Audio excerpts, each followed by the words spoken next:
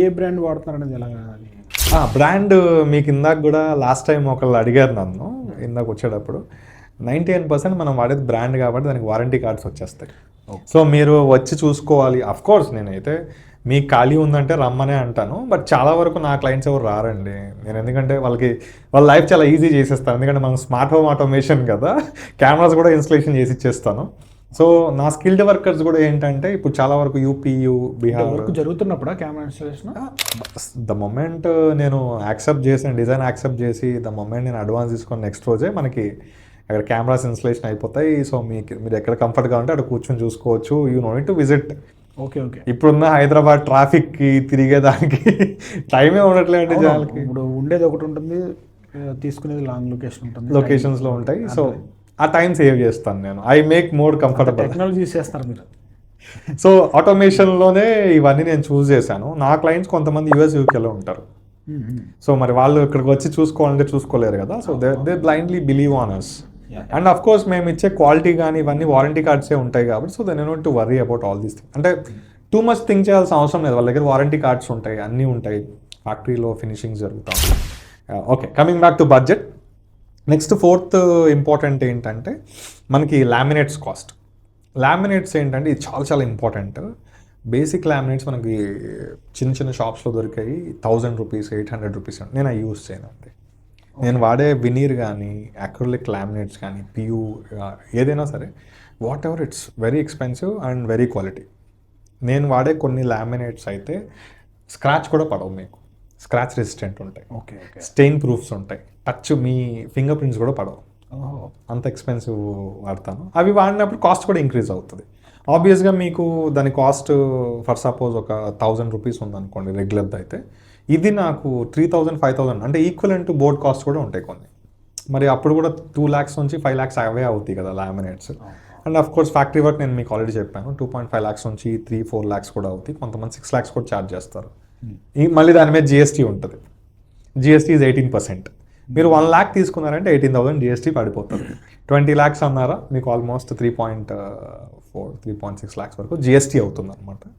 And then coming back to costing మళ్ళీ బడ్జెట్లో next point వచ్చేసి మీకు వుడ్ అయిపోయింది కదా. నెక్స్ట్ అప్హోల్స్టరీ, ఫర్నిచర్ కాస్ట్ వచ్చేసి మీకు 2 lakhs నుంచి 3 lakhs దాకా అవుతుంది. బేస్ నేను చెప్తుంది. కొంతమంది 5 lakhs, కొంతమంది 6 lakhs. అంటే అప్హోల్స్టరీలో మీరు ఏం వాడుతున్నారు? లెదరెట్ వాడుతున్నారా, పియూ వాడుతున్నారా, అగైన్ మళ్ళీ రెగ్యులర్గా వాడే ఈ వెల్వెట్ క్లాత్ లాంటివి ఏమన్నా యూజ్ చేస్తున్నారా? బికాస్ క్లాత్ కొంచెం డ్యూరబిలిటీ తక్కువ ఉంటుందని చాలామంది అనుకుంటారు, కానీ ఇట్స్ అగైన్ కంఫర్ట్. మీకు హీట్ ఉండదు. ఫర్ సపోజ్ సమ్మర్లో కూర్చున్నారు, క్లాత్ మీకు చాలా కంఫర్ట్ ఉంటుంది. అగైన్ మళ్ళీ మెయింటెనెన్స్ దగ్గరికి వచ్చేసరికి ఇట్స్ అప్ టు యూ. కొంచెం ఇది మెయింటెనెన్స్ ఎక్కువ ఉంటుంది. అది మీకు ఈజీ, క్లీనింగ్ చాలా ఈజీ ఉంటుంది. స్ప్రే చేసి మీరు క్లీన్ చేసుకోవచ్చు. సో అవి కూడా నేను చాలా క్వాలిటీ యూస్ చేస్తాను. 3 lakhs నుంచి 5 lakhs అవుతాయి, కొంతమందికి 8 lakhs అవుతాయి. లాస్ట్ టైం రాజపుష్పలో ఇచ్చిన ఫర్నిచర్ అయితే కనుక 6.8 lakhs అయింది. So it again depends. And smart home automation చాలామంది అడుగుతారు ఏంటంటే స్మార్ట్ హోమ్ ఆటోమేషన్ చేసుకుంటే మీకు కాస్ట్ తగ్గుతుందా పెరుగుతుందా అంటే, ఇప్పుడు ఫాల్ సీలింగ్లో వాడే వైరు నేను మీకు ఇందాక అన్నాను జాయింట్లెస్ వైర్స్ యూజ్ చేస్తాను నేనని. ఇవి నేను స్మార్ట్ హోమ్ ఆటోమేషన్ ఆప్ట్ అయినప్పుడు నాకున్న అడ్వాంటేజ్ ఏంటంటే ఒక 50,000 నుంచి 1 lakh వరకు బడ్జెట్ నేను అక్కడ తగ్గించుకోగలుగుతాను. ఎందుకంటే స్మార్ట్ హోమ్కి వాడే టెక్నీషియన్స్నే నేను ప్రొఫైల్ సీలింగ్ లైట్స్కి యూజ్ చేసుకుంటాను. వాళ్ళు వాడే మెటీరియల్స్తో పాటు నాకు వైరింగ్ కూడా దాంట్లో ఇంక్లూడ్ అయిపోయి వస్తుంది. సో నాకు అక్కడ కాస్ట్ సేవ్ అవుతుంది. ఎప్పుడైతే నేను అది కట్ చేస్తానో, అంటే లైక్ ఇప్పుడు స్మార్ట్ హోమ్ ఆటోమేషన్ కొంతమంది క్లయింట్స్ వద్దంటారు, 3 lakhs 4 lakhs ఎందుకు బడ్జెట్ అని. అప్పుడు నాకు ఇక్కడ బడ్జెట్ ఇంక్రీజ్ అవుతుంది. అది మళ్ళీ నేను సపరేట్గా వేయలేను కాబట్టి నేను దీంట్లోనే ఇంక్లూడ్ చేసి కస్టమర్స్కి ఎక్స్ప్లెయిన్ చేస్తాను. ఆ కాస్ట్ మళ్ళీ మనం తీసుకోలేము. సో అక్కడ మళ్ళీ బడ్జెట్ డిక్రీజ్ అనేది అవుతుంది. Again solar panel 3 kilowatt వేస్తామా 5 kilowatt వేస్తామా అనే దాన్ని బట్టి మళ్ళీ కాస్ట్ ఇంక్రీజ్ అవుతుంది. మళ్ళీ దాంట్లో కూడా బ్రాండ్ ఏం యూజ్ చేస్తాం? బేసిక్ లోకల్లో దొరికే ప్యానల్స్ తీసుకొచ్చేయమంటారా, లేకపోతే కొంచెం టాటా ఇట్లాంటివి ఏమన్నా కొంచెం బయట బ్రాండెడ్ ఉంటాయి కదా అవేమో తీసుకొచ్చేయమంటే మళ్ళీ అగైన్ అవి కాస్ట్ ఇంక్రీజ్ అవుతుంది. ఇక ఫైనల్గా వస్తే పెయింట్స్ కూడా అంతే. పెయింట్స్ కూడా మీకు చిన్న రెగ్యులర్ క్వాలిటీ పెయింట్ యూజ్ చేస్తే అగైన్ మళ్ళీ మీకు వారంటీ అవన్నీ. దీంతో పాటు అన్నిటికన్నా ఇంపార్టెంట్ థింగ్ ఏంటంటే కాస్ట్ ఫ్యాక్టర్ ఇంక్రీజ్ అవ్వడానికి చాలామంది ఇది మిస్ అవుతూ ఉంటారు. చాలా చాలా ఇంపార్టెంట్ ఫ్యాక్టర్ అండి ఇది. కాస్ట్ అనేది ఎప్పుడు కూడా మీరు బ్రాండెడ్ ఐటమ్స్కి వెళ్తే ఎస్పెషల్లీ ఏ టాప్ బ్రాండ్ మెటీరియల్ మీరు యూస్ చేసినా కాస్ట్ ఖచ్చితంగా ఇంక్రీజ్ అవుతుంది. అది వారంటీ కూడా ఉంటుంది. యా, అండ్ ఎస్పెషల్లీ ఇంటీరియర్స్ అనేసరికి ఏమైపోతుందంటే ఇది చాలామంది మిస్ అయ్యే పాయింట్. ఇంటీరియర్స్లో యావరేజ్గా 30 మెంబర్స్ నుంచి 85 మెంబర్స్ పైన కొన్నిసార్లు 140 మెంబర్స్ కూడా వర్క్ చేస్తారు. ఓకే. సో లేబర్ కాస్ట్ అనేది చాలా ఎక్కువ ఉంటుంది ఇక్కడ. వేజెస్ ఇప్పుడు ఒకరి నుంచి ఇద్దరు ప్రాజెక్ట్ మేనేజర్స్ కూడా వర్క్ చేస్తారు. దాంతోపాటు సూపర్వైజర్స్ వర్క్ చేస్తారు, 2-3 వెండర్స్ వర్క్ చేస్తారు, ప్రొక్యూర్మెంట్ టీం వర్క్ చేస్తుంది, అకౌంటెంట్ టీం వర్క్ చేస్తుంది, డిజైనర్కి ప్లస్ క్లయింట్కి మధ్యలో కమ్యూనికేషన్ చేయడానికి ఒక 2-3 టీం మెంబర్స్ వర్క్ చేస్తారు. కనిపించినంత మ్యాన్ పవర్ ఉంటుంది ఇక్కడ. సో వెనకాల వర్క్ చేస్తారు. మళ్ళీ వీళ్ళందరూ కోఆర్డినేట్ చేసుకోవాలి ఎవ్రీడే.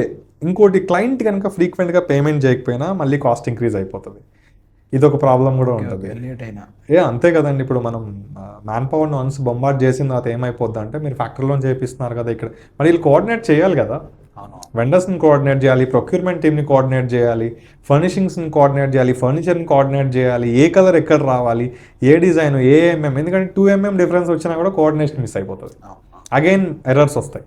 ఒక్క చిన్న చేంజే అనుకుంటారు క్లయింట్, కానీ అది కాదండి. చిన్న చేంజ్తోనే బడ్జెట్ చేంజ్ అయిపోతుంది. ఎగ్జాంపుల్ ఇందాక నేను మీకు చెప్పాను, ఒకటి నాకు హాల్లో ఒక మంచి లోటస్ లాంటిది ఒకటి కావాలి అన్నారు. ఇప్పుడు మనం వర్క్ అంతా చేసేసాం, లాస్ట్లో ఇది కావాలన్నారు. మళ్ళీ సేమ్ ఫస్ట్ నుంచి స్టార్ట్ అవుతుంది. ఎక్కడ సేమ్ ప్రొక్యూర్మెంట్ వెళ్ళి వెండర్ దగ్గరికి వెళ్ళి వుడ్ కొనాలి, లామినేట్స్ కొనాలి, మళ్ళీ ఫ్యాక్టరీకి పంపించాలి, ట్రాన్స్పోర్ట్, లేబర్, మళ్ళీ ఇక్కడ నుంచి సాఫ్ట్వేర్ చేంజ్ చేయాలి. ఎందుకంటే బికాజ్ ఇక్కడ డిజైన్ చేసేయాలి కదా. డిజైన్ అయిన తర్వాత ఇక్కడికి వెళ్ళాలి. వీళ్ళు మళ్ళీ డిజైన్ 2D 3D రెండర్ని బేస్ చేసుకుని వాళ్ళు 3D 2D రెండర్ కట్ చేయాలి, సాక్ కట్ లిస్ట్కి వెళ్ళాలి, మళ్ళీ కట్ లిస్ట్కి పంపించాలి, అది కట్ చేసిన తర్వాత మళ్ళీ ప్యాక్ చేయాలి, మళ్ళీ ఇక్కడ తీసుకోవాలి లేబర్. అదేంటి మేము చెప్పిన చిన్న చేంజ్ కదా, అయిపోయింది సార్. బ్యాక్గ్రౌండ్లో చాలా వర్క్ ఉంటుంది, కనిపించవు కొన్ని వర్క్స్, విజిబుల్గా ఉండవు అనమాట.